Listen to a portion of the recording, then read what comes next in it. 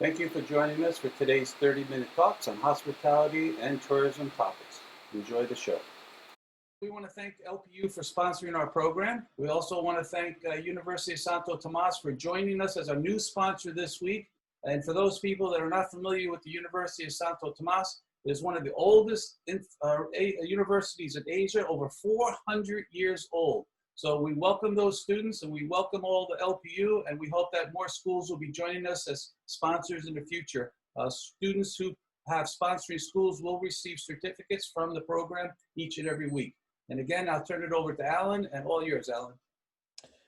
Thanks again, Dr. Andy. And as I mentioned before, welcome to all of the speakers today. And for our first presentation, Professor Perry Hobson, speaking about a very exciting topic, smart tourism. Over to you, Perry. All right, thanks there, Alan. So look, this week I wanted to tackle some of the issues and challenges that are facing destinations as they try and wrestle with this changes of technology. So you might remember last week, if you had tuned in there, I was ending talking about where things were at with different destinations as they look to emerge out of the COVID period. And I was touching on this newspaper report that came out of the Vietnam News recently, and about Vietnam's strategy. And their first, as they look to go for the domestic market, they're looking at moving out what we call safe Vietnam tourism to focus on the domestic market. As Asia opens up, their second bit of the strategy is to open up with a strategy of Vietnam now, safe and smiling. But all this is underpinned by what they term smart tourism. Now, I've had the fortune of going to Vietnam a couple of times in recent years to talk on this very topic. This was talking a couple of years ago to the Tourism Promotion Organization in Ho Chi Minh City. And then I was invited back last year, again, to talk about a similar topic at the invitation of the Ho Chi Minh City Department of Tourism. So for Vietnam, smart tourism has become something, particularly as a destination here in Asia, they've been putting a lot of focus on. So today I want to focus on three things: smart destinations, smart experiences, and smart businesses. So look, traditionally a lot of tourists weren't very smart as they traveled. We went around with maps, we had a copy of the Lonely Planet as we traveled around the world. Tourists in those days weren't connected, let alone interconnected. We talked a lot about tourism infrastructure, airports, railway stations, roads, etc. But the discussion's now moved on, and more what destinations are talking about now is infrastructure, not about infrastructure. What they're focusing on here is how do we be connected. Now, many of you are already connected up to the cloud, whether through your smartphone, smart watch, etc. The movement now is not from just being connected, but it's this interconnection between the different devices. So many things that you've got are connected to something else. And this is through what we've got, which you may have heard about, called the Internet of Things. And it's now expected this year there'll be over 20 billion devices connected to the Internet of Things. Now, that's 7 billion people on the planet, so that's 3 per person. And of course, in many countries, people would yet still be getting themselves connected. So in many places, people have their mobile phone, their watch, their car, their computer, their laptop, will be connected up. So this is a big change in terms of what's happening. So if we look across a cityscape, you can see how a city gets connected. And then when we look below that cityscape, you can begin to see here all those touch points that are connected. So whether it's air pollution, intelligent shopping, water quality, energy, traffic management, parking. Think about how much time people waste driving around trying to find parking spots in a city, for example. So suddenly we can connect and interconnect all this. So some destinations and cities, this is an example from Dubai, have already taken forward a strategy about how they can do this. This is across the whole city. And of course, tourism is just one part of these much bigger movements. So some cities have started reaching out. This is the city of Prague in the Czech Republic. And this has been the development of their strategy for 2030. So they're looking, rolling this out over the next 10 years about how everything can be connected up to improve their visitor experience. But this requires laying the infrastructure down now. So that brings us to experiences, because again, what we want to do is to change those experiences. So at the moment, as I've mentioned, many tourists are connected, but they're not yet interconnected. So you don't have to go very far to see tourists basically spending their life on their mobile phone, whichever tourist spot you go to. However, at the moment, what we're not seeing is the tourists having that connected up. That's the bit that's going to be changing with smart tourism. So some people have talked a bit about e-tourism versus smart tourism, and they are actually two different concepts. So just in one little short chart to give you an example, a lot of the focus on e-tourism was about, yes, it being digital, but it was about websites, it was about information, it was about the value chain. Smart tourism is being much more active. It's taking big data, everything you do, every swipe you make, everywhere you go, and connecting that to traffic lights, connecting that to trains, buses. So the whole of the urban infrastructure around you is being able to be intelligently understood and fed through. Now, the big challenge of all this is about data, because everything you do, as I mentioned, every swipe you make, it can be measured, it can be looked at, it can be analyzed. The challenge is how we now use that data. So whether it's social media, what you're reading, what you're talking about, the trends that are going on there, every little gadget you've got is connected somewhere. So how do we now take all those sources, and it's this technology that is the clever part of that. And it's now working out how to use that data to make suggestions for you. And this will allow us in the future to help manage tourism experiences, to stop some of those overcrowding issues, because we could suggest routes for tourists to go on to reduce crowding. You could end up with your phone giving you your suggested day so that you're not running into lots of other tourists at 10 a.m. in the morning. Rather take a walk, because we could work out when it's going to rain that day. We could look at pollution levels. We could look at what other tourists are potentially likely to do. So we could work out an itinerary to reduce congestion and give you a much better tourism experience. Now, of course, a lot of this is connected to the technology you've got, and the phones you've got now are going to seem really old-fashioned in the future. So the latest iPhone is really just a step forward on what's been done since the iPhone was invented 13 years ago. Now let's think about how we're going to see some really new and exciting forms of technology. We've seen them in the movies, and some of this will be becoming much more prevalent in terms of how we jump forward with that next leap. Now, let's just say where we are at the moment. So how you see a landscape, and just imagine looking down a street through an iPad like this. But now you can see how you would connect that up. So your visitor experience about where to go, which coffee shop you want to, the items you were shopping for online, which shops has actually got them that you could go to. All this information can be connected and interconnected to you. Which means when you look at a streetscape and you say, well, I'd now like to go, if you are here in the middle of London, want to go to the National Gallery, well, should I take this bus? How long till the next bus? Should I take the taxi? Oh, who is that person over there? All that can be connected up. So that will really change the experience we've got and give recommendations for what you would like to do. Now, various parts of the world have been moving on with smart tourism, and we can see here in Europe, there have been big movements made by the European Union on that, and that led to Helsinki and Lyon last year being declared the smart tourism capitals of Europe. But it's not just in Europe this is happening. Bali's taking steps forward with that. In fact, over in Mexico and the European Union have been working on smart tourism apps and development. So again, to improve the visitor experience in terms of what's happening and going on. So this finally brings me to smart businesses. We've talked about destinations and experiences. So let's give it a couple quick examples. AirAsia, like many airlines, sees itself as moving people. But Tony Fernandez made a big leap. He said, we're going to make this a digital airline. And so their CEO, Irene Omar, was put in charge of this initiative. And basically what this initiative is doing is linking up everything from their duty-free to their cargo to how people book on their holidays. And that's back office by a company called Big Data for Humans. So this was their way of trying to understand and preempt what it is that tourists and travelers were looking for in their business, to make their business more efficient, to get rid of all their paperwork, but to also be more predictive. Accor, similar situation. So Accor hotels, and as the head of Accor said here, if we only offer hotel rooms, we're going to get a big wake-up call in 10 years. We have to move beyond offering just accommodation.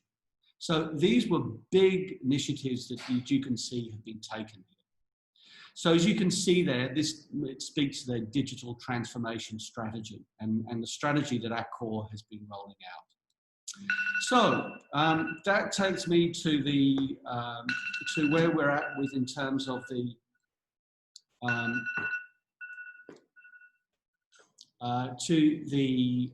latest technology which we're seeing, which is coming in from COVID. So clearly, as I mentioned last week, what we're seeing is various destinations are now using tracking apps so that we can see where tourists have been and whether you've been in contact with someone who may have been and tested for being COVID positive. So again, this will be built into the different technologies that we can use and see. So that finishes up my quick roundup to give you a little bit of an idea about what's happening with smart tourism and some of the destinations and things that you're likely to be seeing as it affects tourism experiences, businesses, and destinations. Andy and Alan, back to you. Yeah, Perry, we had a question from one of our attendees, Urza Nicole Basto. She said the infrastructure in each and every country is different, with the Philippines having a slow internet bandwidth. What can be done about this issue? It's an interesting question. Any comment on that? Look, that is an interesting point, and this is the same challenge Vietnam has been facing too. And when I was there last year, what they've decided to do is to make a huge leap into 5G. And they've looked at making their investment into making sure that they've got 5G connectivity throughout the country. Now, one of the advantages of, for, dare I say, developing countries is that many of them have not got a lot of legacy systems. And that allows them, you know, the cost of buying a new one, you also have to look at the cost of getting rid of what you had. So I think for countries like the Philippines, again, it's a question of investment. So do you build the airports? Do you put it into IT infrastructure? Vietnam has decided that it's going to have to underline its experiences with that investment. Excellent, thank you, Perry. And I guess it's my turn, isn't that true, Perry? I think it is. So today, Andy, I see you're going to be talking about the restaurant service. So moving into something a little bit different, over to you. Actually, Perry, one of the biggest industries that's been impacted in the world has been airlines, hotels, and restaurants. But restaurants are one of those things that touch us each and every day because many of us do go out to eat regularly. So we're going to talk a little bit about the restaurant service cycle today, how it works. But first, for those of you that were here last week, remember we talked about how in Singapore they closed this street in order to expand seating at night. So during the day, it's a regular road with cars on it, but at night they shut the street off to allow people to set up tables and do a hawker type service. Just today in the news, Tampa closes roads to allow restaurants and retailers to operate outside with social distancing. This is the perfect example. Restaurants who are going to lose 50% of their seats in the restaurant have to make up for those seats some other way. Going outside and going to other places will be one of those ways that restaurants will make up that difference. So I thought that was a timely news article. So let's talk a little bit about reservations in the new world. See, before when you wanted to go out for dinner, you would say, let's go to our favorite restaurant. You would walk in the front door and you say, I'm here, give me a table. But at this point, that's not going to happen anymore. You're going to have to make a reservation in advance. Why? Because restaurants are going to have limited seating. You may not have a table available anymore. So restaurants will now stagger the seating. There might be an early seating at 5 to 6 or 7. for maybe seniors. Seniors like to eat early. There'll be another seating from 8 to 10. It might even be a late seating. So restaurants will now spread that timing out. They're going to have more control over who comes into the restaurant and when. So that's one thing that I think you're going to see. And how is that going to happen? Well, the restaurant process is going to have to change.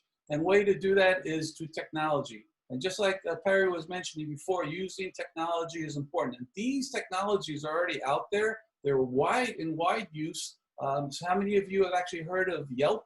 Yelp is like a restaurant review program, and you can book restaurants, you can book tables. All those things you can be done on your mobile phone. OpenTable is another popular reservation system. And these two apps actually take care of millions of reservations every year. They're already there. So this is the kind of technology that is already there, but it just hasn't been implemented in many of the restaurants that we go to. So this is one area for students and the industry to start paying more attention to, and for schools to start teaching students how these apps actually can be beneficial to our industry. I thought that was an interesting way to start. You know, after you make your reservation, okay, then you have to go to the restaurant. Well, how many times have you been to a restaurant and you waited in a long line, you sat in a crowded waiting area waiting for your table? Those days are gone. So now you're going to have one of those timers, or your phone actually, and they're going to beep you, and they're going to call you, they're going to text you, they're going to WhatsApp you, and they're going to say, your table is ready, come on down, and we'll show you where your table is. But if you can look at this one picture, it's kind of interesting. Here, the guest is getting his temperature taken. Now, I think you're going to see a lot of temperature taking around the world in restaurants, and I think it's a very good process. But just keep in mind, managers will now have to train their people how to take the temperature properly. She's wearing a glove. That's another interesting thing that I think we should talk about. Why is she wearing a glove? Well, you think that wearing the glove will protect you. Well, if you touch something with the virus and you touch your face, that's how the virus gets into you. So the glove, you touch the virus with the glove and you touch your face, the same thing happens. So the real training comes in how do you wear the gloves, but more importantly, how do you take them off? There is a special way to take off gloves to protect yourself. So that's an example of processes change. Managers have to have more skills in order to train their staff, not only to protect the guests, but to protect themselves. So temperatures, one good example. So what's your temperature? So how many people out there know what their temperature is right now? When was the last time you did that? Now, when you sit down at the table, of course, in the past, people would hand you a menu. Those days are gone too. No longer will there be those old, dirty menus that you get at a restaurant that have been stained or touched by other people and thrown into a dirty box and handed out to the next one. Disposable menus are going to be the one thing. So you're going to get a piece of paper, and after you read the menu, maybe you tear it up and throw it away. But in reality, you're going to see the more use of apps again. So traditional menus are going to disappear. It's just a fact of life. Touch-free menus are where we're going to be going. So if you look at this picture, you'll see that there's two options. Now, the easiest option, and this is a question that someone mentioned before, not every country can do the high-tech information, but a blackboard works. I've been to restaurants where they bring a blackboard up to the table and they point at what they have offered today, and they tell you all about it, and there's no contact, and they're not that close. And if something runs out, they just take a wipe and they erase it right off the blackboard. The menu is up to date. So that's an example of a simple way to use menus. High-tech menus, or using apps, is actually very good. One popular one is called Menu. And so when you're in the restaurant operators can put all their items onto the food and onto the app, and you can pick and choose and order it. And you may be ordering it before you even get there when you do your reservation, so that the restaurant can know what you want.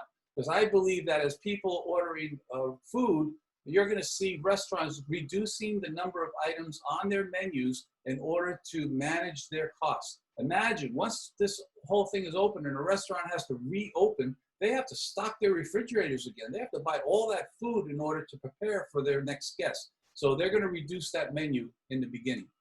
Now, we talked about the service process. Now, I'm just going to touch a little bit. You heard about this social distancing. We talked about that last week. But here, social distancing, you're going to see partitions. Now, of course, class, beautiful. This is a beautiful example of having your own little private dining space. The air conditioning, the ventilation in there could be very good, but people would see this and that would give them a sense of confidence. There's beautiful ways to do this. Of course, this is the expensive end of it. Now, I've been to many restaurants. Japanese restaurants have these partitions. Now, these are relatively simple, can be used in order to make the place look good, but also to divide the diners. So a couple of different options. Of course, not everyone has the opportunity to do some beautiful ones. Look at this one. This is an interesting one where everyone is separated. I hope we don't come to this, because this is totally for the protection of each and every employee at a workplace so that they can continue to go to work. But socially, not a really fun way. Maybe this one might be a little, this was a nice try. I just saw this one today from Australia. You know, they're trying to separate. I think it's like good. You see the food server has a mask on. This is a good example of them at least trying to separate the diners for the social distancing to give that diner comfort when they're in there. Now, this is a little nicer one, you know, okay, piece of glass. That's an example of separating diners. Again, these look like employees in a different company, but those are the kind of ideas you're gonna have to come up with as we go on. Now, I'm gonna ask you one more question. Now, Perry mentioned this before about using cash disappearing. So we're gonna launch another poll here, which is the largest mobile payment provider worldwide? Because cash is going to disappear and we're going to have to start using it. So I'm launching a poll right now, okay? And the questions are, is it Samsung? Is it Apple Pay? Is it Google Pay? Is it WeChat Pay? Is it Gcash? Is it PayPal? Okay, so take a second and we'll watch those answers come in.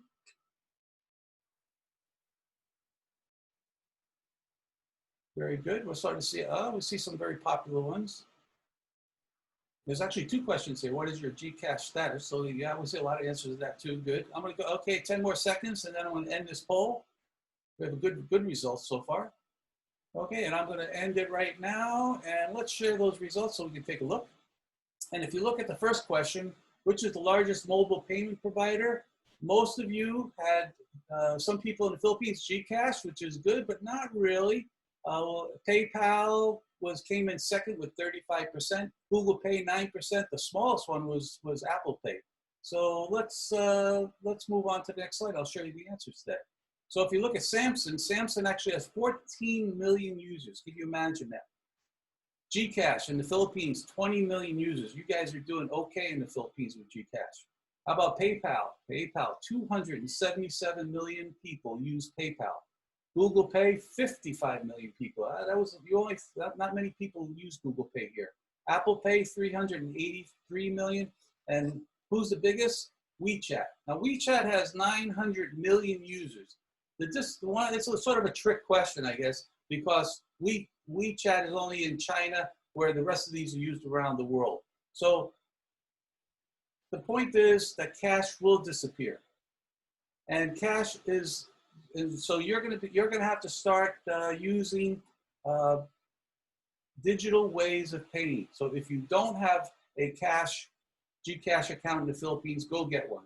If you don't have some way to pay digitally, figure it out, because that is the way restaurants are going to be receiving payments. And if you as a student want opportunities in the future, the opportunity, and I'm going to close with this, is the opportunity is for you to learn how to use these technologies and teach restaurant operators how to do it, because they really don't know. And if they're not using these technologies, then they're going to be at a disadvantage to the big companies and the big corporations. So that's a little bit of a review of the service cycle. We could spend much more time on that.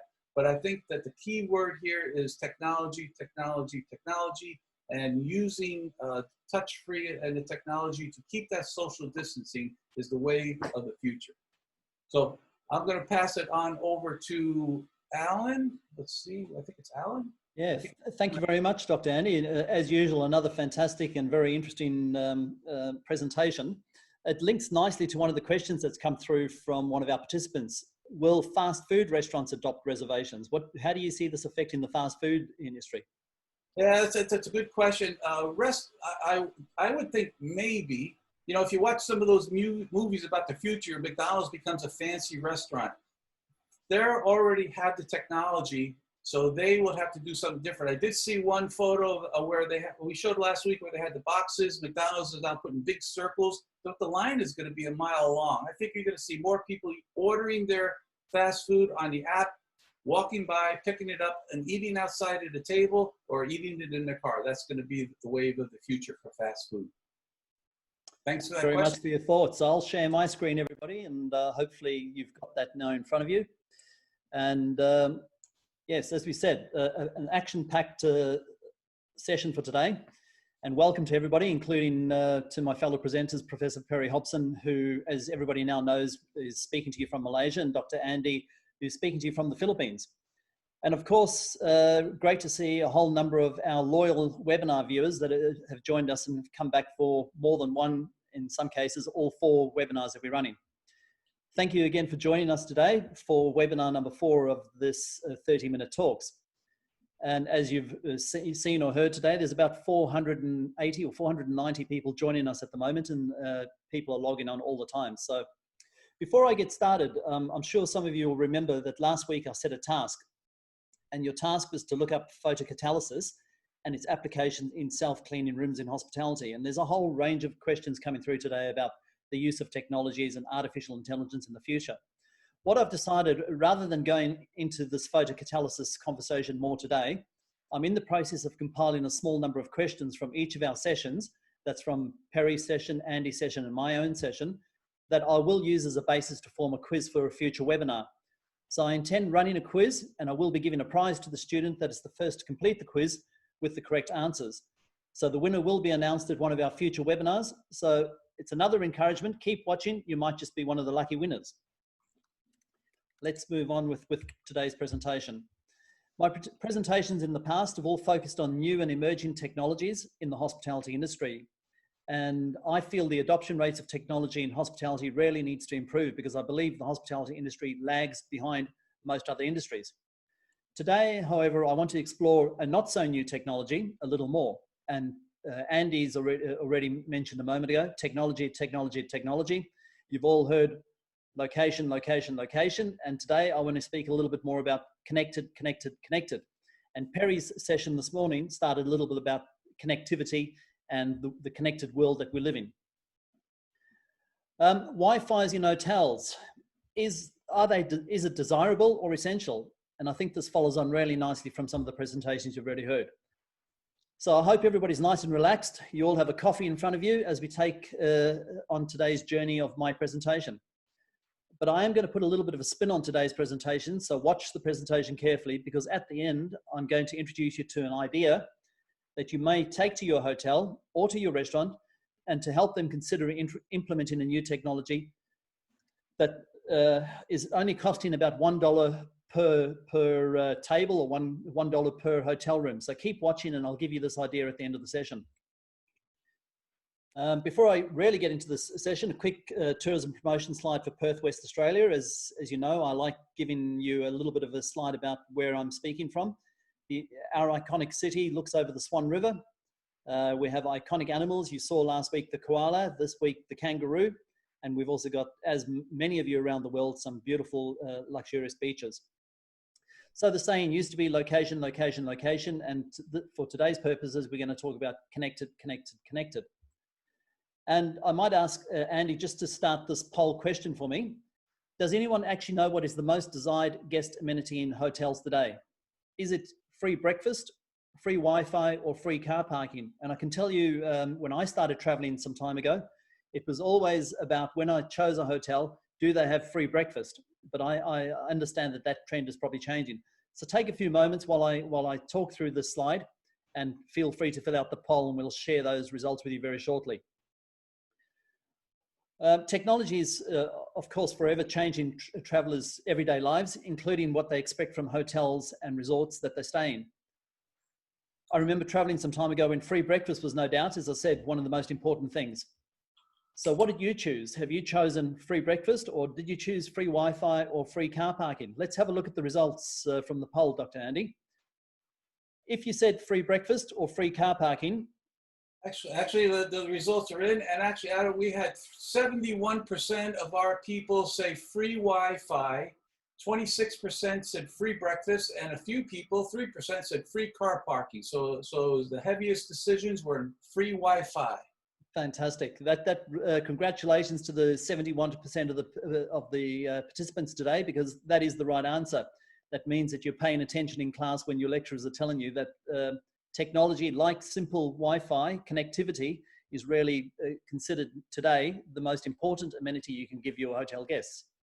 So according to a room survey, just so that's a bit scientific, that was conducted in 2018, 65% of the guests go online within 7 minutes of checking into a hotel.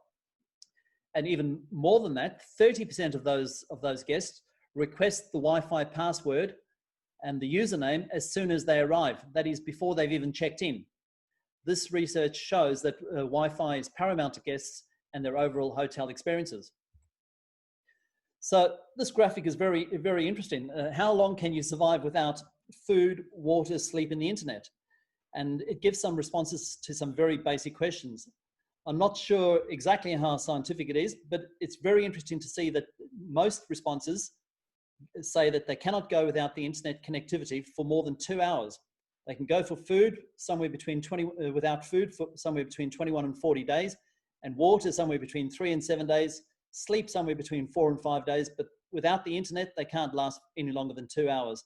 Now, we know that that might be in jest, but we also know that that gives you some idea of the importance that people play on connectivity in today's world. So it's now well understood that bad internet connectivity and poor Wi-Fi experiences definitely contribute to poor guest review scores and putting hotels on a no-go list.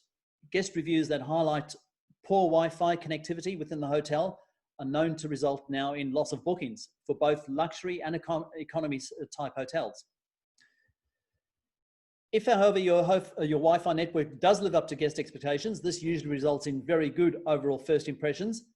And if not, guests' negative opinions are quickly expressed to hotel staff and on social media. And we all know about the travel blogs, TripAdvisor, hotels.com, and obviously any negative comments that guests are putting on these sites have lasting impressions on the marketing of the hotel. I want to share with you a personal experience from last year that I had. I visited Thailand, and I'm lucky enough to visit Thailand each year. And in this case, I was in Phuket, visiting a friend of mine who's got a small hotel. And I was lucky enough to be asked by my friend to manage the hotel while he and his wife went on their annual holidays. So there I was in Thailand. I've got a guest that's checked in. The guest was a Russian family, a male doctor and his wife and their young daughter. It was a beautiful warm evening. One of my duties is to show the guests the hotel room, as I showed you in one of my previous presentations. I showed them the bedroom. I took them through the living room and the lounge room and the features and the facilities. I showed them the bathroom and the amenities in the bathroom. And I showed them the beautiful balcony facilities that each of the rooms have got that look right over Kata Beach in Phuket. I explained the bedroom, the safe, I showed the bathroom, the guest amenities, and of course, I've just said the balcony for the guest. But not even with the view could I keep the guest's attention. You can see this fantastic view as the night and the evening kicks in. Phuket is well known for its beautiful sunsets. The island gets some of the most spectacular sunsets with the sky changing from bright orange to deep red in front of your eyes. Not even with this view did the guests want to know about the breakfast, the room safe, the free cable TV, or the view. You guessed it. All they wanted to know was the username and the password to access the hotel Wi-Fi. So with this experience, I now personally know that Wi-Fi is more than important, more so than even the view. But there are three things that are important to keep in mind in order to make sure guests are satisfied with your Wi-Fi. Guests absolutely consider the speed of the Wi-Fi that the hotel provides, and that's important in order to remain connected, and becoming more and more important as people use FaceTime, Skype, Zoom, Line, WhatsApp, Messenger, and all of these other social media apps that are available. Guests are looking for reliability. Hotels don't want to see their guests roaming in the corridors or gathering in the lobby area or sitting in a section of the restaurant where they believe they can get a better connection. They need to make sure that the connectivity is right throughout the hotel property. And hotels also need to ensure that their systems are secure, and they provide security that ensures that the guest's information and personal information is well protected. So we all now know that Wi-Fi is important. It reduces contact touch points for guests, and this is really an important component as we speak about COVID-19 and the importance to reduce guest contact points. It enables guests to be connected to the internet via social media or any one of the many devices or apps. It provides control over smart devices. It can turn power on and off to the room, as we've seen in previous presentations. It can control the room temperature, the water temperatures. As we've just heard from Dr. Andy, it enables guests to order food and beverage from smart menus. It enables guests to do the work while they're away from their office, so it gets their emails, their documents, and a whole lot more. Connectivity and Wi-Fi availability in hotels is now critical. So one of the biggest questions asked in a hotel today is, you guessed it, how do I connect to the Wi-Fi, and what is the username and password? Because the username and password that I'm using is not working. And I guess hotels need to deal with that question on an ongoing basis. There is now a very, very easy solution, technology solution for you to keep in mind. That is by integrating cheap near-field communication or NFC tags into the Wi-Fi solution that your hotel uses. This makes your hotel smarter. Let's have a quick look at this. Follow these steps. Give Wi-Fi access to your guests with just one tap. Use an app called Insta Wi-Fi. Select your Wi-Fi in this list. Select the security. Enter the password. Tap on the button and write the Wi-Fi configuration to the NFC tag. That's it. The NFC tag is now ready. Stick the tag in any hotel room and guests only need to scan their phone to the tag. That's it. So I'm just going to pause the video there. Everybody on their smartphone that has an NFC control on their smartphone gives you the opportunity to use the NFC functionality and to charge up a near frequency communication tag. As I said, these tags are about $1 each and sometimes cheaper if you buy them in bulk. And by charging and programming the tag effectively through the use of the technology that your phone has got, and we know your phone has got it because any phone that can make an online payment has NFC technology. Those tags then become a facility for a guest no longer to have to ask about the username and password, just simply hold their phone or their device that they want to connect to the Wi-Fi to the tag, and the tag automatically transfers that information to their phone or to their device. No more usernames or passwords. And it's as simple as that.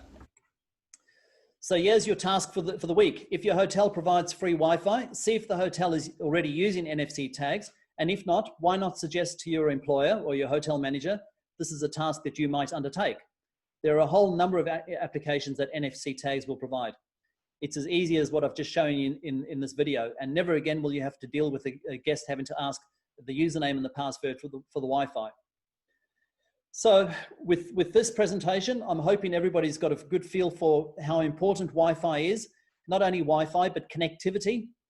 And more hotels start implementing free Wi-Fi and connectivity in their hotels as the trends move towards guests wanting that more and more. So thank you for watching today. And I guess we've now got a whole number of questions that we can...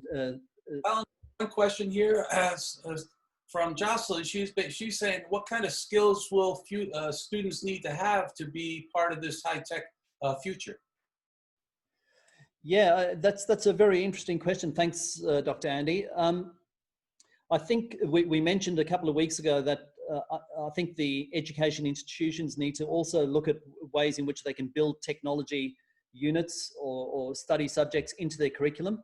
But I also think, you know, a lot of our guests that are joining us on the webinar, they are younger generation, they are studying at the moment, and they have this unique opportunity to become more comfortable with using technology. So I think look at what technology is available. The example that I've just given with the phone and the near field communication tags is just a basic example that you might even find on YouTube. So explore and start learning for yourself.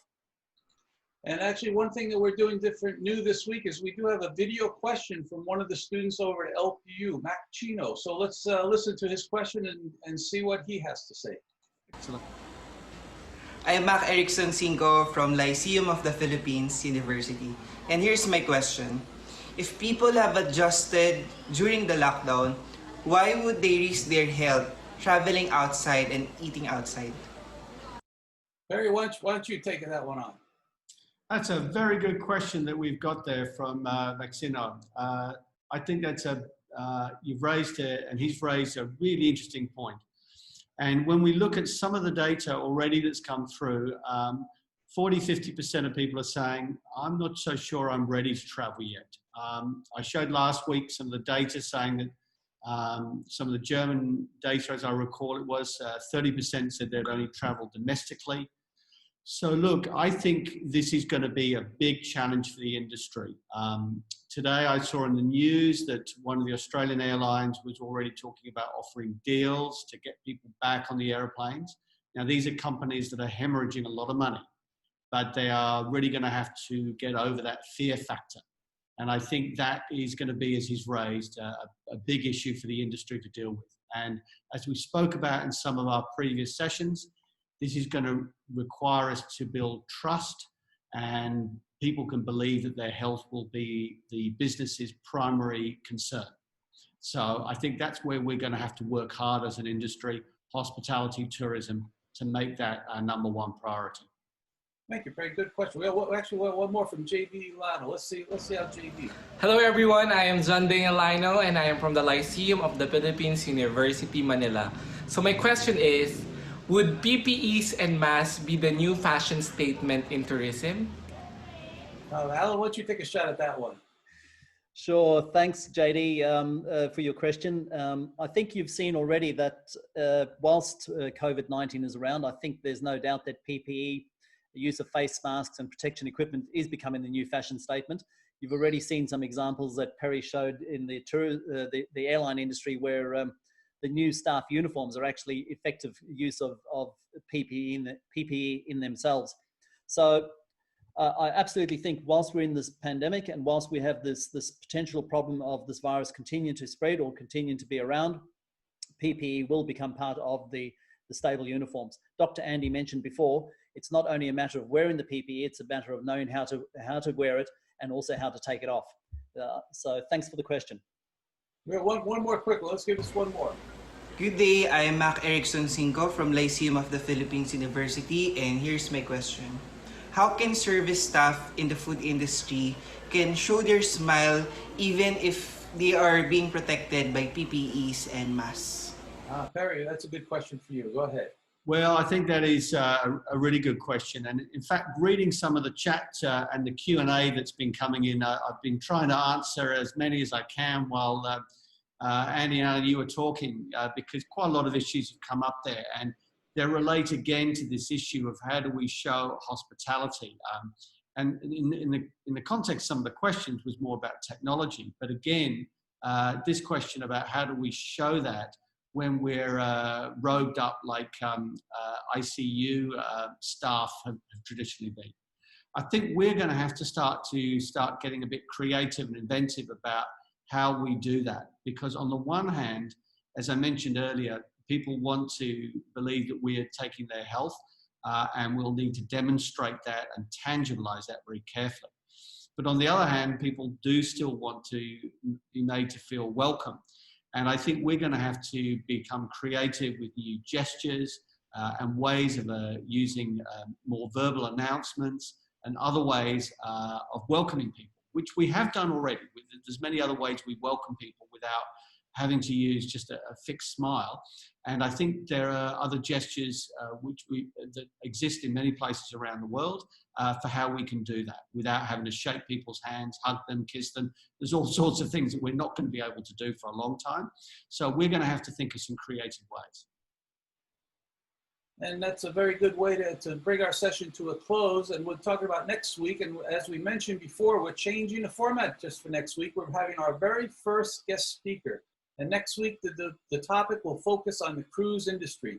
So I know the cruise industry is a challenge. Dr. Hobson, maybe you can give a quick preview of how it's going to work next week on our first cruise guest speaker.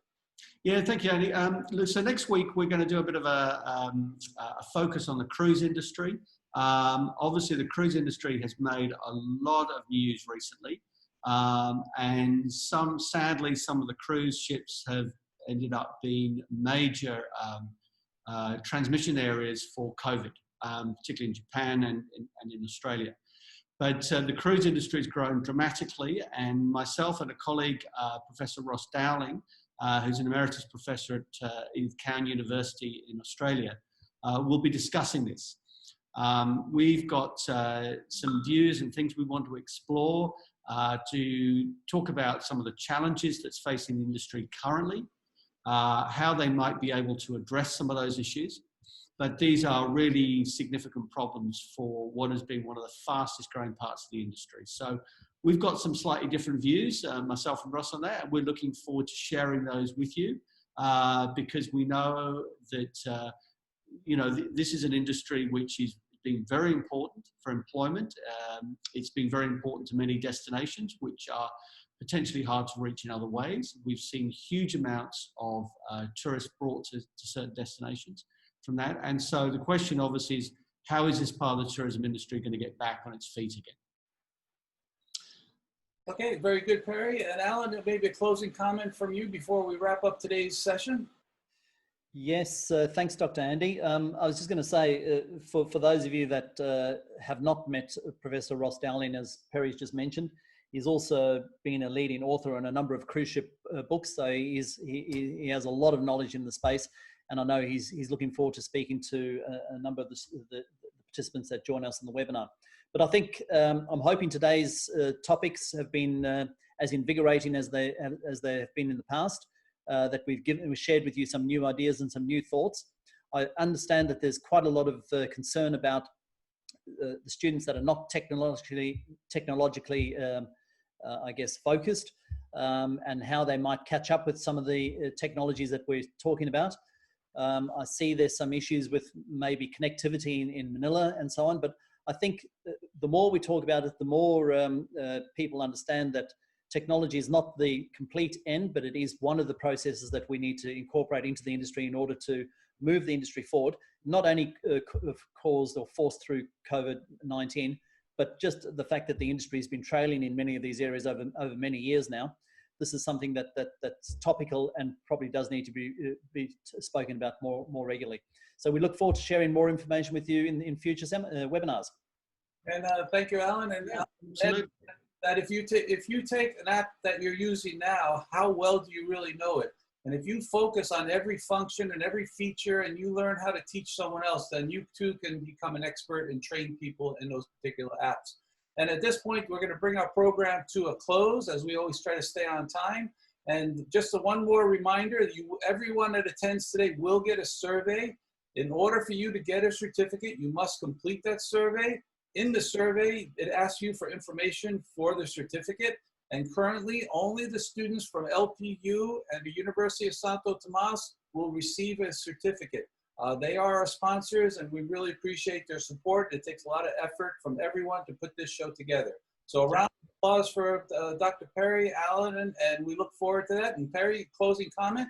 Well, I'd just again like to thank all the different institutions and that have been supporting us. And those ones, we've got new students from different institutions I can see coming in there from India, from Austria, who've been joining us the first time this week. So that's fantastic. And thank you so much, everyone, for the questions. I see there's 25 questions. I've tried to answer as many as I can. I can't type that fast. Sorry about that. So we'll try and deal with those in future, and so many on the chat. So it's great to be getting those, and thank you for the engagement, because there's many good questions here that would take us a lot longer than the time we've got to answer.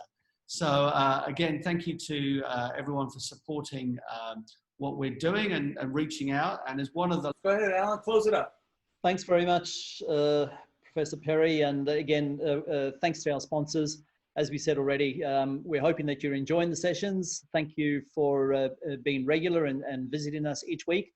And we look forward to some exciting presentations next week as we speak about cruise tourism or cruise ship tourism from a panelist perspective.